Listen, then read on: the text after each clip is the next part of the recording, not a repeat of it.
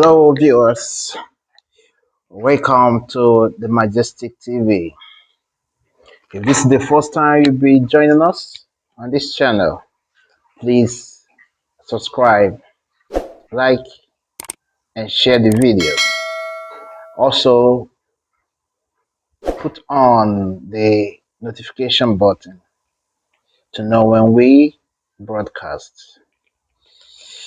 Back to the issue at hand.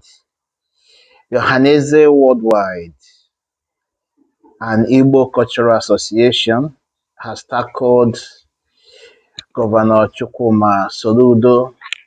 For clarity purposes, the association is different from the group headed by Professor George Obiozo, which is the Pan-Igbo Cultural Group.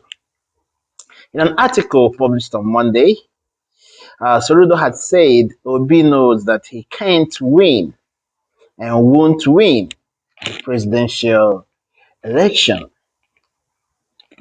Reacting in a statement issued on Tuesday, Okechukwu Isiguzoro, the Secretary General of the association, said the group has taken Soludo before two famous divinities and deities over his comment. The group said it is unreasonable public behavior for Soludo to cast aspersions on Obi, who is his kinsman and candidate from the southeast. Ohaneze Worldwide has advised the Anambra State Governor, Professor Soludo, to concentrate on the current crisis in Anambra State and Abga, and the hot casting innuendo and aspersion on the person of Mr. Obi, who is not in the same party nor fighting the Anambra State government. The statement reads, Governor Soludo transgressed in choosing to revote against the Labour Party presidential candidate, Mr. Obi, who is his brother and predecessor. So, the governor, they say, transgressed in choosing to revote against the Labour Party presidential candidate, Mr. Peter Obi, who is his brother and predecessor. So the organization have, in response to what Mr. Soludo said, Professor Soludo said, dragged him to two Igbo deities in Ohaneze Mbise and Ubinukbabi in Arochukwu for this unreasonable public behavior. The governor behaves like a fighting.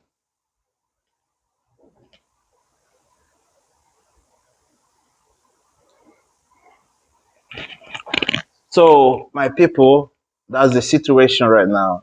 This group that call themselves the Ohaneze and the Igbo have taken Governor Soludo before two powerful deities in Igbo land for the utterances he made against Mr. Peter Obi.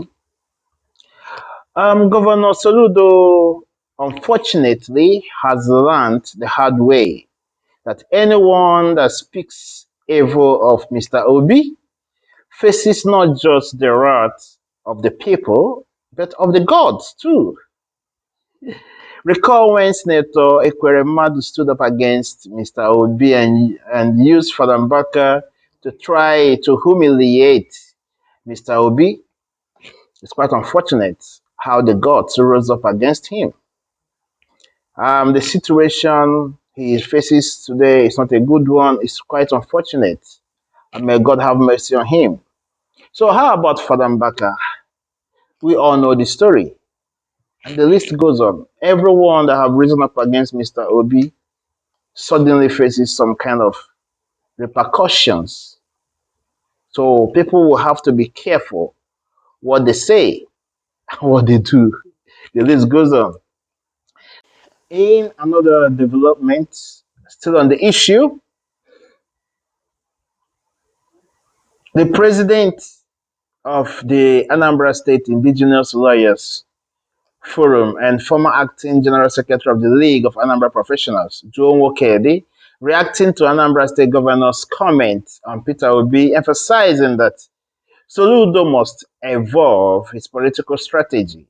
He cannot truncate another person's ambition in furtherance of his own similarly.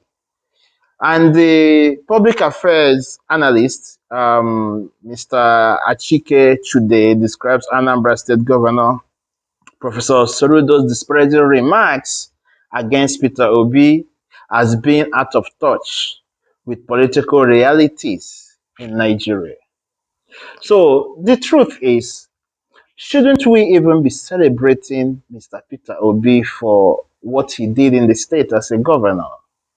Shouldn't even be celebrating the fact that Mr. Peter Obi saved money rather than embezzle money? Shouldn't we be talking about the good things he did as the state governor instead of running him down?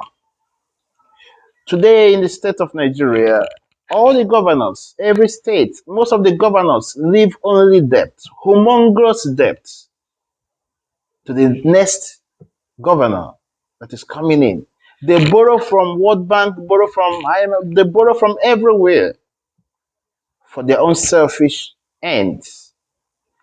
So I really think Professor Soludo committed a political blunder by those things he said on air and the ones he wrote in the essay. Peter Obi should be lauded.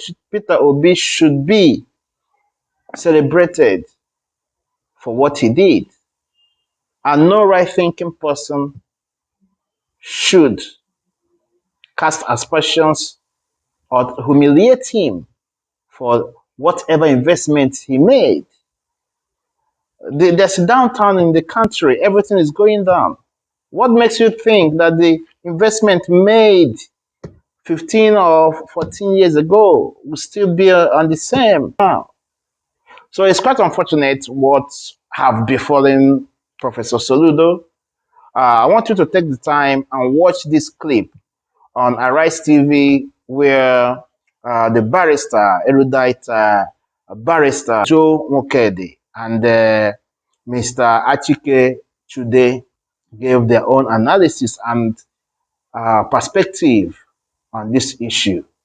Thank you. Please subscribe, share these videos, and on the notification button to know whenever we broadcast. God bless you. Ciao. That are not yet held. So the analysis he gave about the investments, I'm from Anambra State, we are all there when Peter Obi was the governor. I was actually in charge of young professionals, during his administration of League of Anambra Professionals, then lab. We attended events, we witnessed everything that happened. Even when that investment was made, we are aware of it. And we appreciated that, we applauded it. And even when that the factory was established at Onitsha, the producers of Hero and other drinks, it was a welcome development. We also applauded that move. And the investment that he made in some other places, we are aware. And we are aware that the governor was thinking about the future, not just the present. You don't just run a government in such a way that everything must end up with you. And while others were embezzling, he was investing. And while others were like engulfed in several billions of money as debts they incurred for the states, Peter Obi was actually saving money and investing money and left without a single debt for Anambra State. Instead, he handed over money to the governor that succeeded him, Willie Obiano. So when you say that somebody made an investment that was worth next to nothing, we have seen people that have made investments. Even the Odua group by our river, the Awolowo, that had investments in Odua and everything that happened later, nobody can say Awolowo did not do well because he formed Odua, invested money in so many companies then in the western region. And now some of those companies are no longer there. We look at the intention in law. We look at what somebody said to achieve. We look at the mission that person had while engaging in that act. Was P2B actually having a mischievous or malicious intention by investing in Anambra State money? The answer is no. And for him to even encourage the foreign investor that, look, you are investing in a place that you will receive tremendous profit or dividend. Let the states become part of the investment, which also he did. So when the governor said, and P2B was governor for almost 16 years ago, he finished his tenure how many years ago? A governor came up after him, and that governor would have nurtured investment, or that governor would have told us what happened during that investment. And even when the issue came up, as whether there was money saved or money invested, I can remember vividly the League of Anambra Professionals, under Chief Willie Obiano, a renowned chartered accountant that was the president then, had a meeting where we summoned both the former governor, Willie Obiano, and P2B to come and tell Andy Anambra what really transpired, whether there was money saved or money not saved, or investment or no investment. P2B came with all the documents. P2B honored that invitation. The former governor, Willie Obiano, couldn't come. And that was how we now cautioned them that, look, we don't want this dance of dirty dance in the market square. Governor, if you have anything to indict the former governor, come and show us. I could remember that P2B also went to so many media houses saying the same thing and then displaying documents to show that indeed there was money.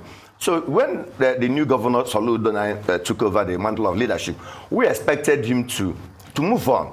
We had high hopes. A lot of us supported him because we believed that he would have taken the state to further heights, politically, democratically, in terms of performance, in terms of further indices of growth from where, especially where P2B stopped. Because during the time of Obiano, even though he tried his best, but most of Anambra people were not so comfortable with his style of leadership.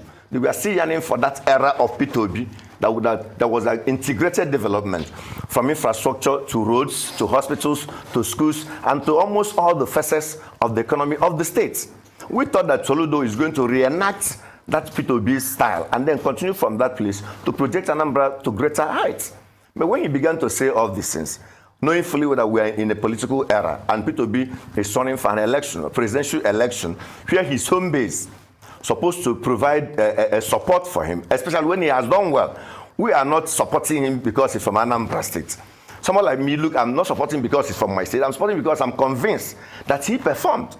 Because I knew what transpired on time of Mbadnuju.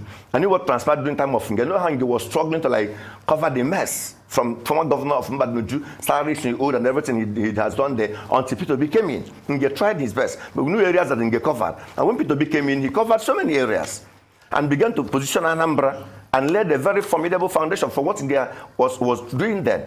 And then from there, we began to witness good governance. We began to witness, he gave us peace of mind. Both in security, both in all, so now they call our chat boys, that harass people up and down. People say, I'm not going to use any of this. I'm going to use police. I'm going to use official and constitutionally provided security, and not to begin to use touts. He ran a government that made Anambra people to feel at home. So what the new governor Soludo would have done is to improve on that, and not to begin to lambast the investment that was made. Somebody made an investment. You are saying it's worth next to nothing. How much is the worth of the investment? How much is the current share value of the investment? Does that investment translate into creation of jobs in the states? That company that invested in that submiller that produces Hero, are they still in business? Did they create jobs for the Anambra, for Nigerians? Did they reduce poverty and other things? These are the burning issues that a reasonable person should interrogate, and not to tell us it was nothing. There was an investment, and that the investment crystallized into an industry, crystallized into creation of jobs, crystallized into reducing poverty in the state, and crystallized into so many positive attributes. So these are the areas you have to tell us more. Then on the issue of not winning an election, it doesn't reside on anybody to determine whether somebody will win an election or not. And I believe, I'm so sorry to say, it's my governor. I know him, I know people around him. You are not the one that will determine whether somebody will win an election or not. Election has not been conducted. You don't know the mind of everybody. You don't read people's minds. You might use your old system or yardstick or criteria to measure the outcome of election based on what has been there. But the world is changing. We have seen several countries that people upturn what the status quo and introduce new era into elections in the world.